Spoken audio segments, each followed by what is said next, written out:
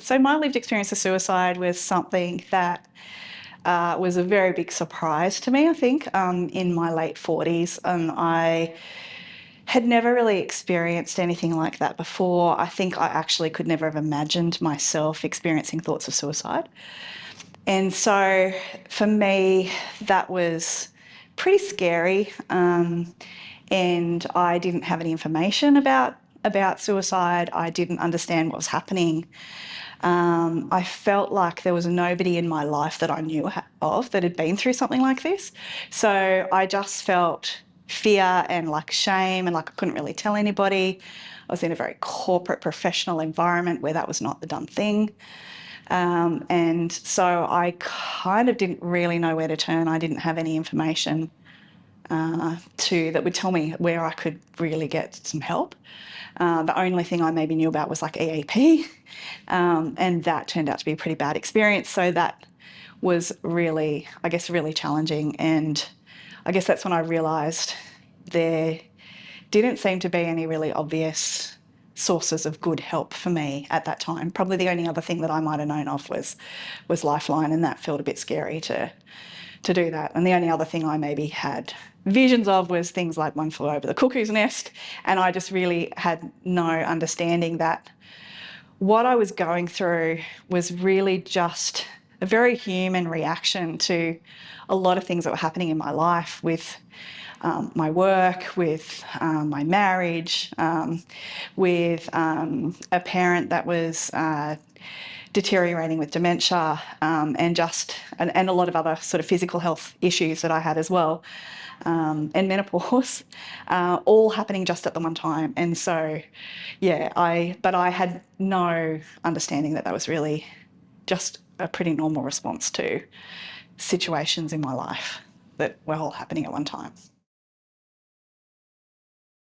So I guess when I think of my community, and particularly at the time when I guess was experiencing a bit of a personal crisis, my community, I guess, was my colleagues at work because I spent an awful lot of hours there.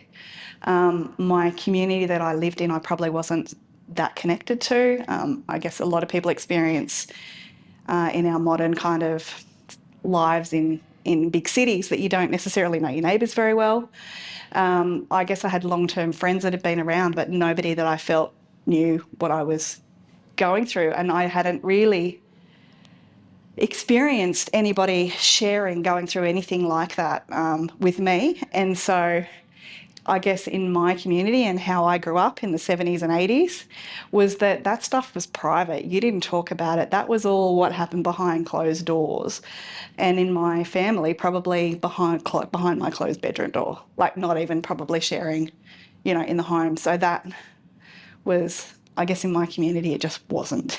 It was you hid it, it was shameful. And yeah, I don't even know if I was expressly told that at any point, but I somehow intuitively knew that.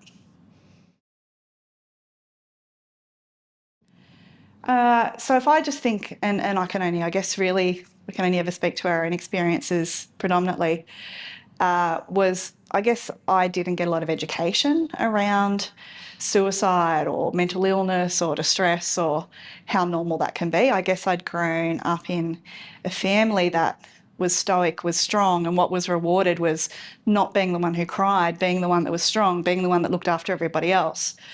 And so just some education in our communities around what can be really very normal responses, I think, would be helpful.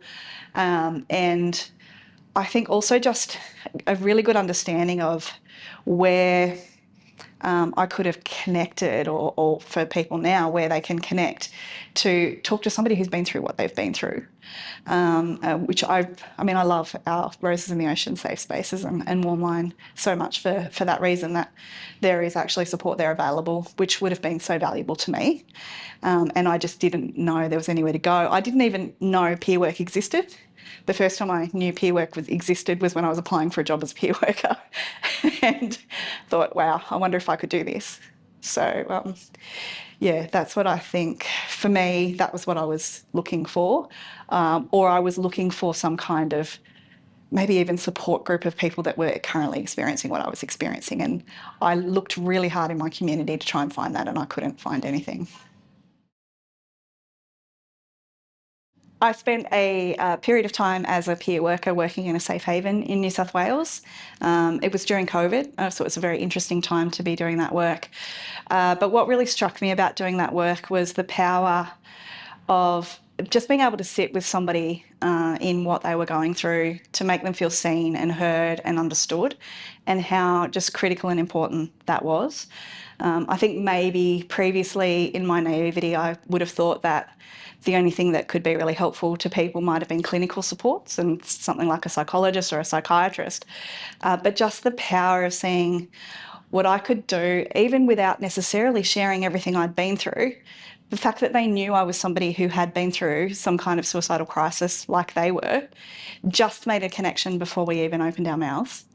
And just to be able to sit with them and they knew that I really understood what they were going through was so powerful. And that's the power, obviously, in some of our clinical, non-clinical peer-led services. So that's I guess I've seen what's worked, and I'm not saying that clinical supports also aren't helpful, but just the absolute power of listening and understanding is really helpful.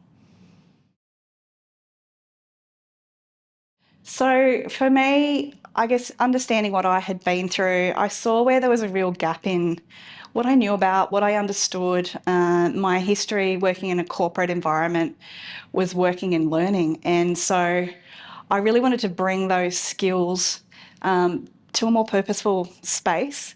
And so working in Roses in the Ocean as our head of workshops and projects, I guess I'm in a position to use those skills that I spent 30 years working on, in that sort of corporate setting, but now directing that to a setting that's going to make a real difference, that is really going to make a valuable contribution to what Roses in the Ocean wants to achieve in terms of, saving lives and reducing distress. So that for me really means everything, and it gives me such purpose and a feeling of value and worth in the work that I'm doing each day.